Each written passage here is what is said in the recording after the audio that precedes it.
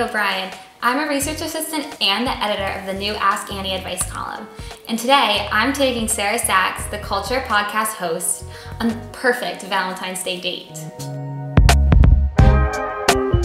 What is the best way to approach asking someone to be your Valentine? When asking someone to be your Valentine date that is a newfound crush that you have, I would recommend sending them a text and keeping the date really casual. And definitely do it over text or in person. Do not do it over Snap. Like whatever you do, if you still have Snapchat, please undownload it, quit it. We're in college. And then for an established relationship, I would recommend, you still have to ask and like you could still do it over text or something, but phrase the question phrase your text so it's less of a question and more of like a statement of what you would like to do with them. So what advice do you have for getting ready for this magical evening?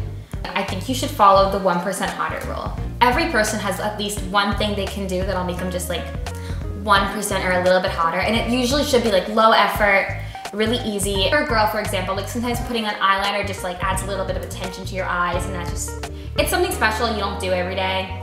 Maybe put perfume in interesting places like behind your ears. Yeah, and if you're a guy, you know, I think all guys are 1% hotter when they take off their hats. So just take off your headwear for this date.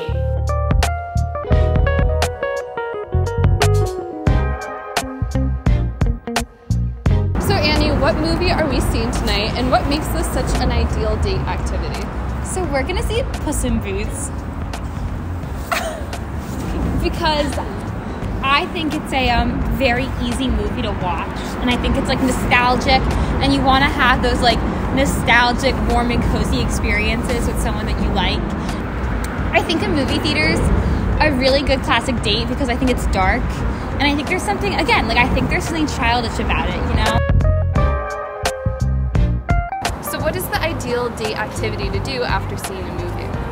After seeing a movie, I think you need to do an activity with a lot of conversation because you've just had a lot of sit down and silence time together, which is great when you just want to like be with your partner and spend time with them.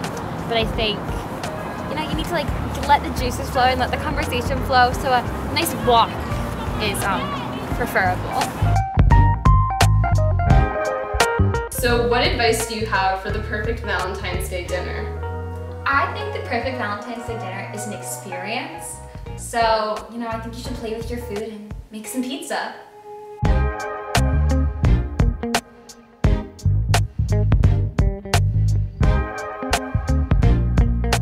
So what advice do you have for ending the night?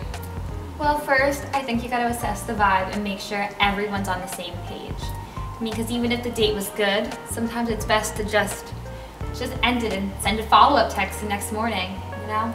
It's best to keep it easy. But what is our vibe like tonight? Our vibe was good. I think we're on the same page. Okay, yeah, sounds good.